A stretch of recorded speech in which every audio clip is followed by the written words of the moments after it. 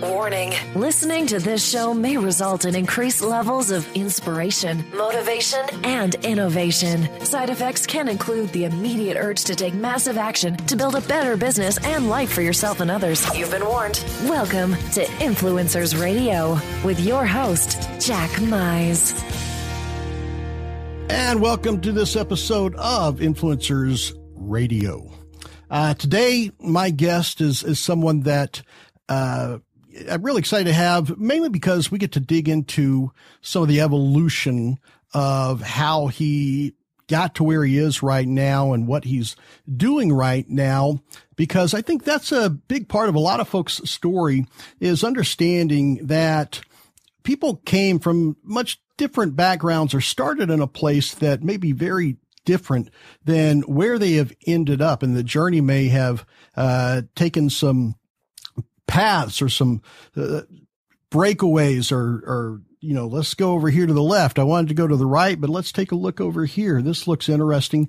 And when you set out on a journey, you don't necessarily always get to exactly where you wanted to, or if you do get exactly where you want to, you don't necessarily get there the way that you thought you were going to get. So with that, my guest today is Dr. Ben Adkins, and I'm going to start off with right there with what the doctor is. Dr. Ben, welcome to Influencers Radio. Yeah. It's so great to be here. And the doctor is a chiropractor, believe it or not. And that's exactly what we're going to be talking about today, right? Cracking backs. Yeah, let's do it. You know, we'll get into it hardcore. Yeah, no, I started off as a chiropractor. I guess I got out in 2007, and after about 8 years of school, got into the business world, and you know that's what I was going to do with the rest of my life, or so that was the plan. And so, I think right there is where, you know, just like I was saying at the beginning, you went to school, chiropractor, cracking backs, which led you to exactly where you had planned to be as the founder of fearlesssocial.com. Exactly. It's a natural progression. I can see you. It's a straight line. I think everybody, you know, when they get into being a chiropractor, they're really talking about building a website that helps business owners all across the planet, you know, grow what they're doing in a very intelligent way. No, you know, I think it's interesting. I got out of school in 2007 and started working, you know, wanted to see patients, wanted to help patients feel better quick and, you know, without having to, you know, get into anything too crazy. It was very interesting how it all kind of started out. I was, you know, in a clinic by myself, had my office, had worked for, you know, a couple other doctors in the past. So I had some sort of experience, but not a whole heck of a lot. And I remember, Jack, that I woke up one day and realized nobody is going to come in this place unless I figure out how to get them through the door. And nobody's going to come back unless I figure out how to do a good job. And that was really the first instance where I was like, you know, I need to figure out how to market, and I'm pretty broke. So that's where I first started really realizing that there was this whole world out there of people that really invested a whole lot of time and effort into getting the word out, and they had some very intelligent ways of doing that. Right. Well, I think you know, chiropractor is a perfect analogy for just about any type of business where people go to school. They spend a lot of time getting really good at the mechanics of the what they do. Right. You learned a lot about how to help people with their back. And so, how much of chiropractic school taught you how to set up your marketing and your accounting and your office and your hiring and all of that part? What was that? What was that in chiropractic school? I think there was about 1% of our total training was aimed towards that. And to be really honest with you, that 1% really was very difficult to apply to the actual real world. I can't really think of a whole lot that I learned there that I use today. And I'm hoping it's gotten better for the new ones coming through. But for me, no, there wasn't much that I picked up at all in that training other than how to be a really good doctor. And unfortunately, how to be a really good doctor is a great way to stay, really, really poor and to not see anybody. And how can you be a really good doctor if nobody's coming through the door? And I think that right there is exactly why it's such a great analogy, because so many people think, when they get stuck in their business, when they get stuck, whether it's online, whether it's brick and mortar, a lot of times their thought is, well, how can I scrub harder? How can I get better at what I do? Right. And oftentimes it's not the actual tactics or what your practice, what you're doing. It's now, how can I get more people to understand how well I do what I do? How can I get more people to understand the benefits of what I do? And it sounds like that's what you kind of faced early on in your chiropractic business is, all right, enough learning, back techniques. It's time to learn the business of running a chiropractic office. Oh, and at the time, when I first got out, I had no idea about, what a customer life cycle was. It was just one of those things. You pop up your shingle and hope that everybody comes knocking, but you don't really have a good sense that people as customers or as patients, potential patients or, potential customers, clients, whatever, business you happen to be in, you don't understand that there's this whole psychological process that people go through before they actually, buy from you or invest in your services. And that's the thing. I think when most business owners start out, they're very far away from that thinking, because it's really just about, how do I do this skill that I'm good at? How do I deliver that in a very good way? How do I get better at that? And they don't realize that, hey, you have to understand what people are thinking before they even know you exist, all the way to when they absolutely love you, how to leverage that. So at the time, no, I mean, when I first got out, I was a pretty good chiropractor, and I was pretty good at helping people. They came in, and the few that came in at first, I was really good at getting them well. But, like I said, when you don't know too much about how to get your message out and get your word out, that you are amazing and you are doing a good job, it's very, very tough to get off the ground. Well, I think history speaks that you got really good at that pretty quickly. Yeah. Some interesting things happened, and I was very blessed. Right around that time, some very interesting things were happening online with people teaching some, cool ways to get your message out. And I gravitated to some very smart individuals and really started picking up, hey, this is how I need to get the word out on what I'm doing. And it's interesting. Not only was I able to leverage several networks, like Facebook, Google, some traffic networks, but I was able to, leverage the power of video, and using those things really helped me propel what I was doing. And to be really honest, in about 6 months after I opened the door, we were one of the biggest practices in the town that I was in.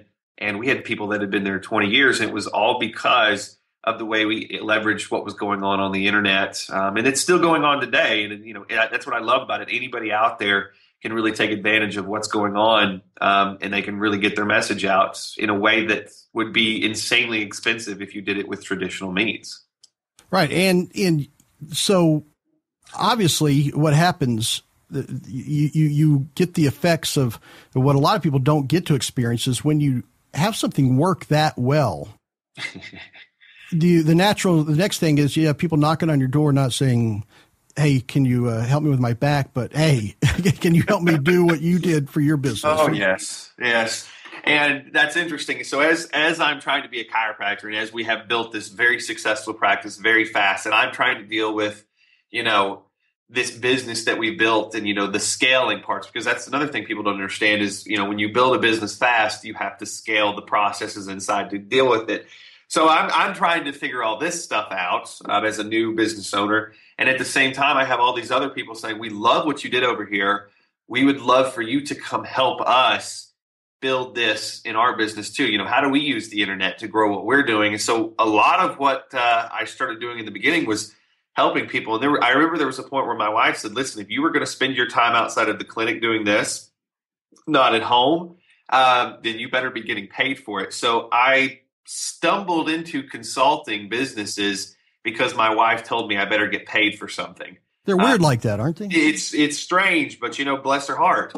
She had a pretty good idea with all that. So we started working with some businesses. I think the first couple were we worked with a law firm, we worked with a couple restaurants, And, right out of the gate, got some very good results. And what was interesting, though, is you start figuring out there are people that will do what it takes, and then there are people that just want the quick buck. And, the people that want the quick buck, it's amazing. That's not just the online world. That's not just the, brick and mortar business world. There's always those people that want the quick buck, but they don't want to do a whole lot of work behind it. And those people don't seem to last real long, and they don't seem to grow. But then you've got several people that they really want it. They're really willing to do whatever it takes.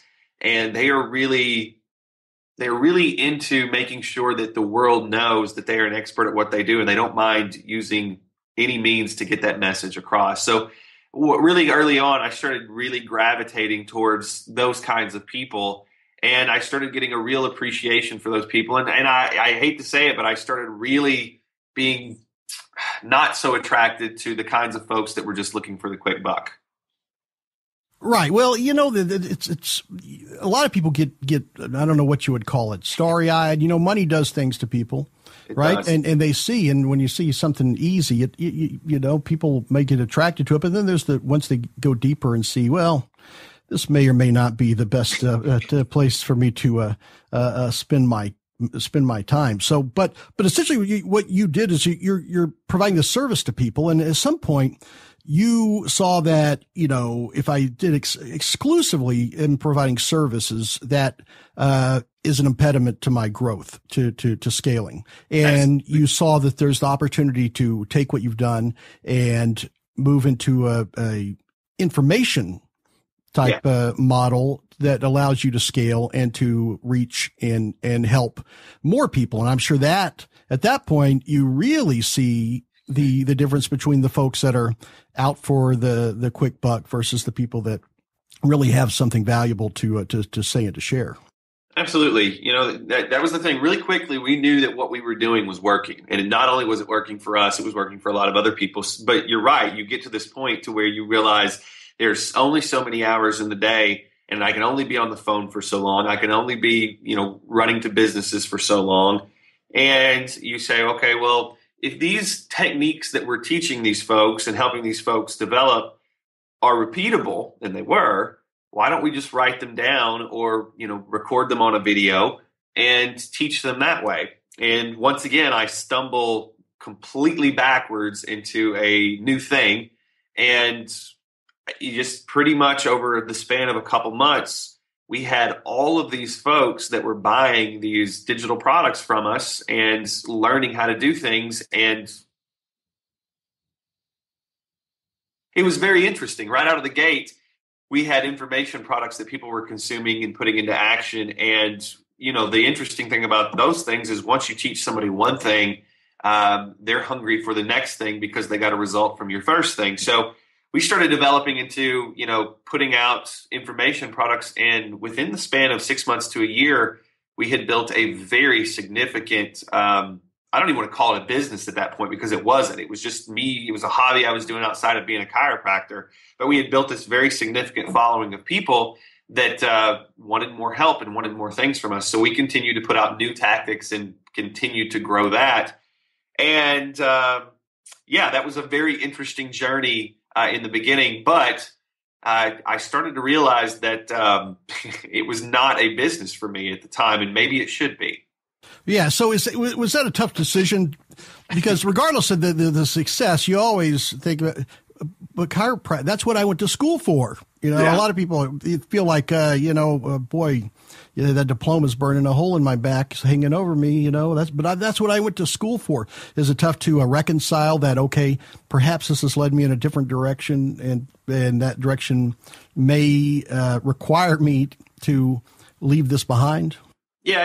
Unlike most people, I did not just jump off the cliff and say, I'm going to throw this thing that I worked for years to develop. Because not only did I work for, to get the certification and, to get through school, but I also worked very hard at building my practice. So my first thing was I actually hired another employee to help me. And, this employee was another doctor and came into the practice to help me a couple days out of the week. And that's where it really started. It was just, I brought someone in to give me a little bit more time to focus on this little side project that was helping businesses with their marketing. And that wasn't, like I said, that wasn't just our online thing, but helping brick and mortar businesses too. And so I brought in this person, and it's funny, Jack, how it kind of evolved. I remember, the first week they were there, they didn't do anything but trail me, and they kind of watched me. And then within about 6 months to a year, I looked up one day and realized I hadn't walked into my office in 2 months, and I had been focusing all of my efforts on the online marketing side and really developing and growing that. And that was interesting because, like I said, I love seeing patients. I loved my practice. I loved working with the people I was working with. But really, when I had the choice, and I didn't even realize I had the choice. When I had the choice, I really loved helping other business owners get it and figure out how to take the skill and the expertise they had and really, preach that to the world so that they could help the world. And of course, in the process, build their business. So, it was interesting. It was not easy to walk away. When I remember I was almost in tears the day that I actually sold my practice, because this was my baby. And this was something I'd worked years upon years of my life to achieve. But, the calling for me was really, going out there and helping small businesses, both based online and offline. And like I said, at this point, you start seeing some very interesting things with the small businesses you're helping, because once again, from earlier, you start realizing some of them are very serious and some of them are not. Well, that's it. Now I want to talk about that for a second, so we can jump into what you're doing now. But so when you talk about businesses, you have small businesses, and you were working with other businesses that had done the same thing that you have done. They spent time building their business, learning their craft, understanding that, perhaps just being really good at their craft wasn't going to make the phones ring off the hook, and looking for a marketing. And then as you grew and started getting more into the information side of products, where you have a bigger reach, right, to a lot of different types of folks, that's where you start getting folks that think they have a business, but really didn't put in the time or have a passion for something. Their passion was, how can I make some money quick? Right. And whatever happens to work, that's what my passion is going to be. Right. Right. And, I've always equated those kinds of folks to lottery winners. And that's the thing. I don't mind winning the lottery. I don't think anybody would mind winning the lottery, but it's very scary to me to build something that's lottery based, because the crap thing about a lottery is that you don't know how to repeat it.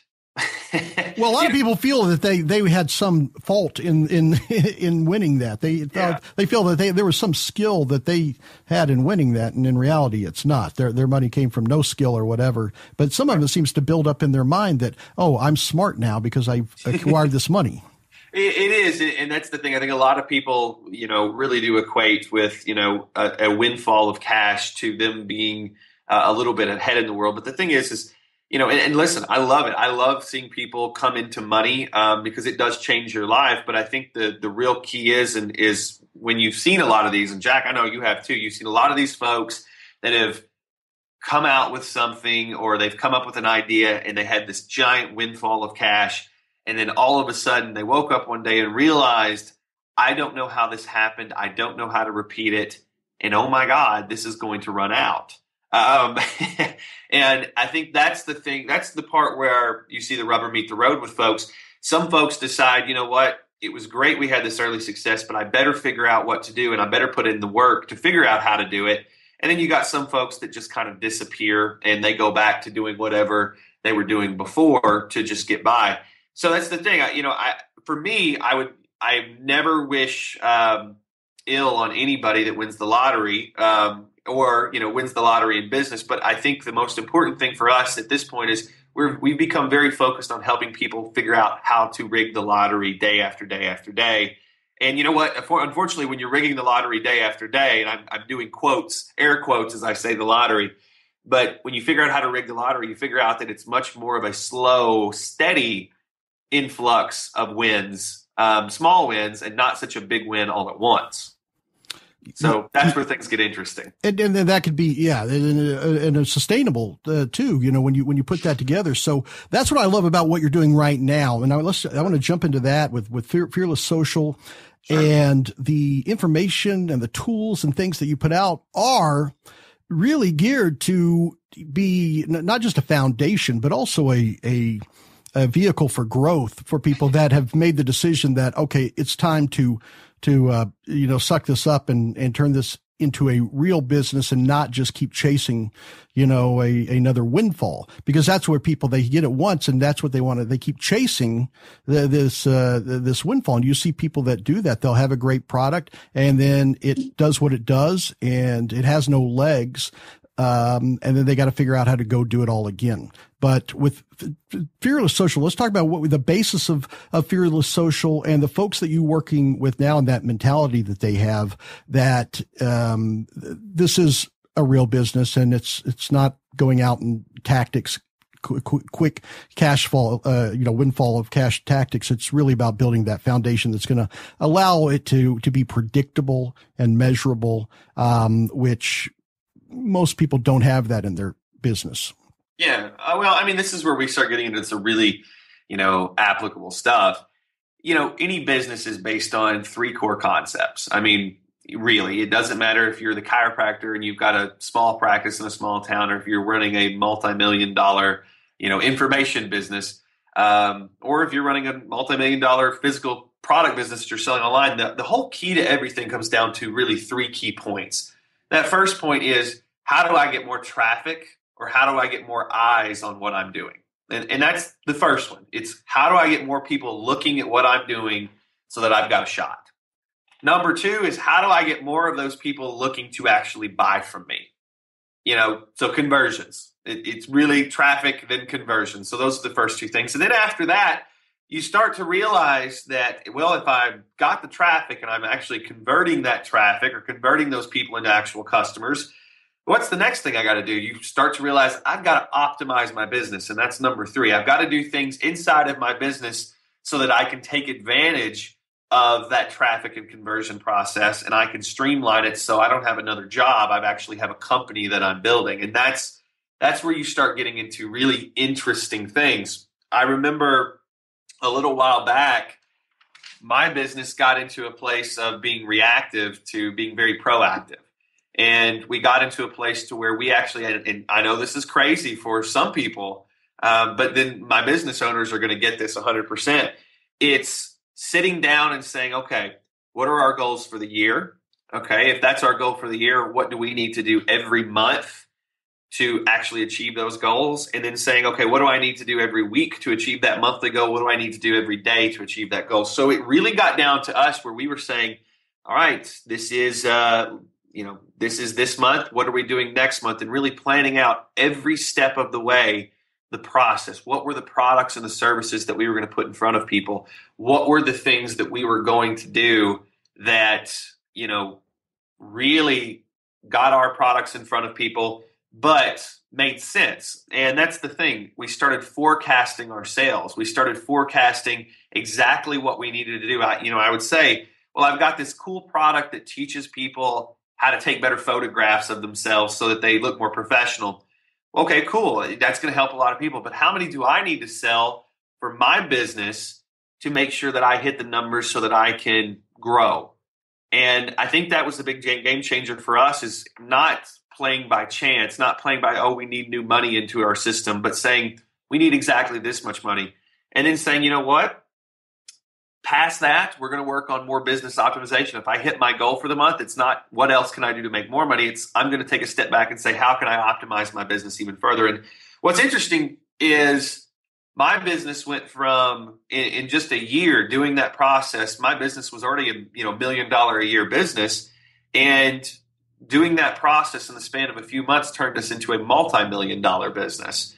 So we got to the point where we had doubled and tripled very quickly just by taking a step back and actually saying, these are the products that I have and I can offer, and this is the schedule that I'm going to offer them on, and this is the amount that I actually need to sell. And what's interesting, Jack, and you know this just as well as I, is once you start doing that, then you have to figure out how to get enough people there, and you can really start picking the problems apart.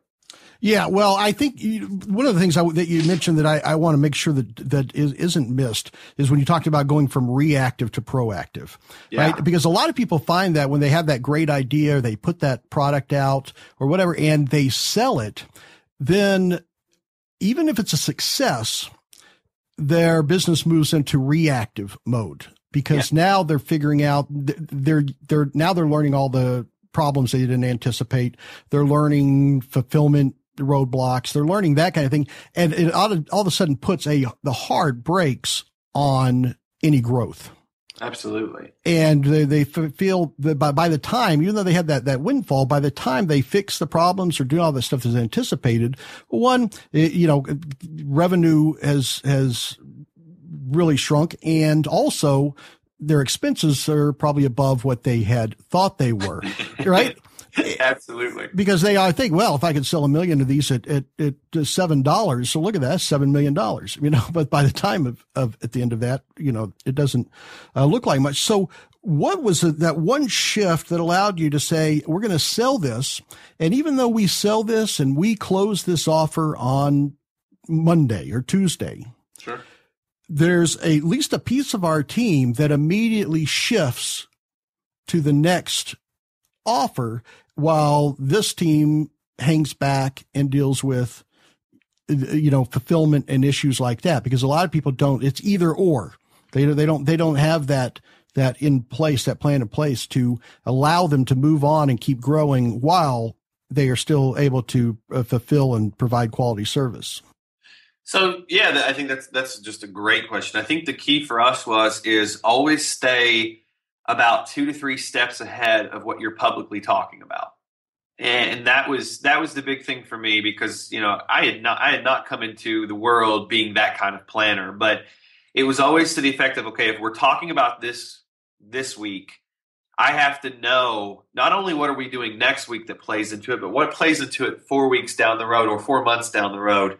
And I had to know those next steps. And so that was the key. It was saying by the time I get to where I'm launching a new product or service or where I'm telling the world or I have a new ad campaign out, maybe on the radio, maybe on the internet, if I have that ad campaign out, we already have to be done with that. Like we can make sure that everything gets out there and that we're fulfilling and, everybody's happy. And that's what our support side does.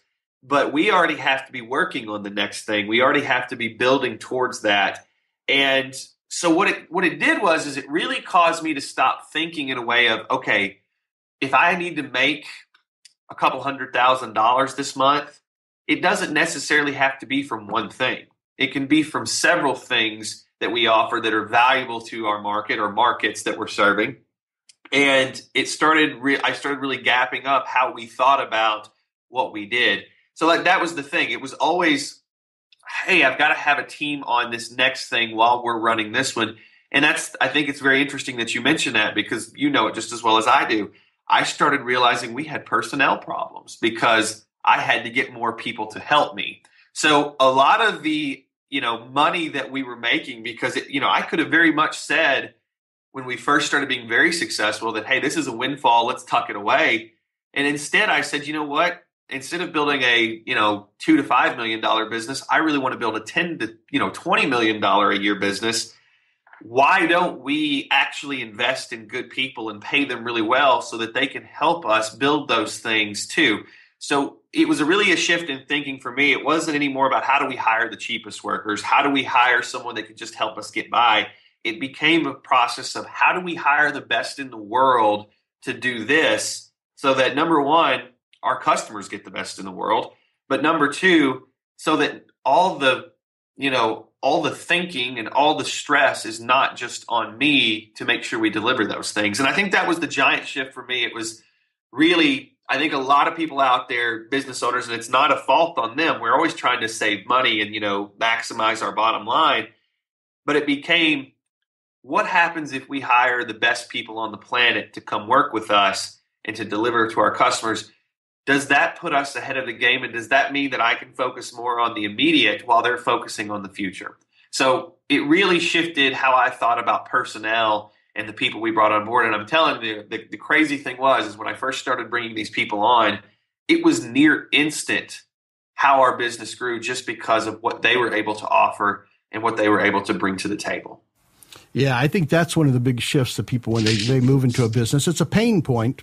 It can be a very big pain point to move into that, but it's obviously something that's necessary if you don't want to do this very chronological. Okay, start this, sell this, fulfill it, finish it. What's next? Right. Yeah. So it's that what's next that causes these peaks and valleys. So let's talk about Fearless Social now. Sure. That you've obviously seen a lot of different scenarios. You've gone through growing pains of a business, and especially building an online business. You've gone through those pains of hiring. You've gone through the pains of, wow, maybe my business structure isn't the best for, taxes. Wow, maybe our bookkeeping is a mess, all that stuff. And now, what I love about a lot of your products and your trainings it's built around that, not necessarily a quick tactic for how to go out and win a scratch off, but it's like, let's talk to folks that have these businesses and show them how to get way more out of this business and to be able to grow by unfolding what you've done in your business. So what is a Fearless Social doing right now, and kind of what do you see the vision for that? Fearless Social is once again focused on the three key core concepts of building a business: traffic, conversions, and then business optimization. One of the main things, though, is that traffic and the conversions part, as great as that is, a lot of times those are based on tactics that don't necessarily last forever. So it's something you can't count on. So the idea is anytime you get an opportunity to, bring a lot of traffic in or sell a lot of a product, you better have the things in place in your business so that you can actually take advantage of it. Now, this is back when I was a chiropractor, now that I'm doing online marketing, anybody out there, the idea is having the tools in place so that you can take advantage of every opportunity, and really being able to take advantage of every opportunity that may not be, present. Some people would call that luck in the lottery.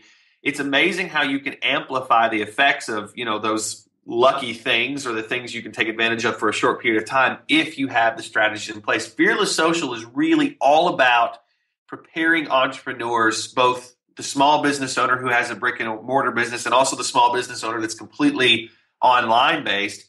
It's really about preparing them with tools to understand what's really going on in the market and really giving them the things that maybe, are a little bit, you would say, hey, I would have gone to business school had I, wanted to do this, but that's what we're really providing people. This is the business foundation of how to actually build a business. And we can give it to you. In a few sessions or a few blog posts, whereas it would have taken you years to go to business school to grab it. And I don't know about you, but like the little bit of business school that I did was very boring. And we're trying to put a little bit of flair into it because you know what? If you're in your business and you love your business, you're excited and you want to stay excited about it. And, sometimes planning and accounting are not things that seem super exciting. But for me, it is because, like I said, what's exciting to me, Jack, is watching someone that comes to the Fearless blog and seeing them take one blog post, put that into their business, and be able to double their monthly income in just a few months because they put in this, what some would say, a boring strategy into play. But once they understand that strategy, it goes on autopilot. And if you're anything like me, Jack, you don't have to do that process long. You get someone on your staff to do the process once you learn it. So Fearless is really, if I could just sum it up, it comes down to helping folks that are building a business really optimize that business fast and learn how to get more traffic, learn how to convert that traffic. But in the grand scheme of things, learn how to optimize their business in a way that that business can handle that and grow really quickly. Because I think a lot of people really get stuck and they've kind of got this ceiling above them. They're like, man, I can't work anymore. I can't do anything more. And the only way I know how to make more money is to work more. And I'm pretty tapped out. Fearless Social is really all about showing you how to not have to equate the amount of money you're making with the time you spend. And it's really about how you can grow your business without having to spend more time in your business. Yeah, well, I think that's a ceiling that a lot of entrepreneurs hit and often, talk about it. They feel that they've hit an obstacle or a plateau or perhaps a something that they can't get through, but really what it is a symptom that they are on the right path. That now it's just time for them to kind of take a leap of faith and also, shift in their business to be able to let it really grow. Because oftentimes when they get past that, you've seen this with the folks you worked with, it just really exponentially grows when they can get past that limit of I can't scrub any harder, and when you realize, oh, I don't have to. Yeah. I think the most powerful thing for me is watching someone that went from never being able to go on vacation, never being able to take a break from their business, but setting up their business in a way over a couple months where they were able to take a month off because they had set their business up to run without them. And to most people, that's such a foreign concept because they love what they do. They love doing it.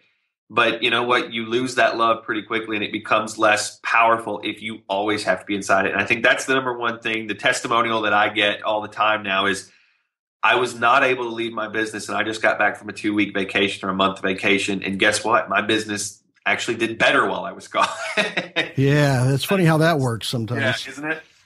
Well, I got to tell you, your record certainly speaks for itself with just, some of the results that I've seen with folks that you've worked with, and the things that you share out there are, they have meat to it. It's not a kind of bells and whistles kind of thing. It's meat. It's real answers. I always say, easy answers sell most courses, but real answers are what really builds your business. And you have some real answers out there. So that truly is, what I feel makes you an influencer. And while I appreciate you coming on the show today, before I let you off the hook, I want to find out and let folks find out. How can they find out more about Fearless Social and what you're up to and, what Dr. Ben Adkins is up to?